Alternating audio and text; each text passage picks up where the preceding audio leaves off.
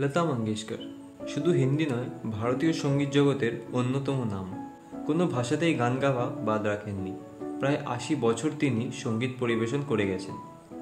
১৯৪১ সালে তার প্রথম রেকর্ডিং হয়, আর তার শেষ রেকর্ডিং ছিল ২০১৯-এ।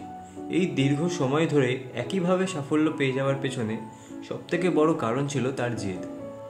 ১৯৪৭ এক সিনেমার প্রিমিয়ারে দেখা হয় মহানায়ক দিলীপ কুমার আর লতাজির। কম্পোজার খেমচন্দজি পরিচয় করিয়ে দিয়েছিলেন তাদের। যদিও লতাজির কণ্ঠস্বর ততদিনে সুখ্যাতি লাভ করেছে, তাই দিলীপ সাহাবের চিনতে অসুবিধা হয়নি। কথায় কথায় দিলীপ সাহাব লতাজিকে বলেন তার গানের উচ্চারণে নাকি মারাঠি টান রয়েছে। তার গান শুনলে বোঝা যায় তিনি কোত্থেকে এসেছেন, তার ব্যাকগ্রাউন্ড কি। কথাটা লতাজিকে খুব ভেতর থেকে প্রভাবিত করে। তার একটা জেদ হয়ে যায়। তিনি উর্দু টিচারের ব্যবস্থা করে ফেলেন।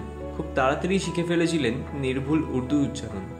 এরপরই খেমচন্দজির কম্পোজিশনে একটি গজল গাওয়ার সুযোগ পান লতাজি, যার পরে লতাজি বিখ্যাত হন তার উচ্চারণের জন্য। এরপরে তিনি অন্য ভাষার গানের জন্য ডাক পেতে থাকেন। খেমচন্দজির কম্পোজিশনের এই গানটি লতাজিকে তার সাফল্য পেতে সাহায্য করে। সিনেমার নাম ছিল মেহল, আর গানটা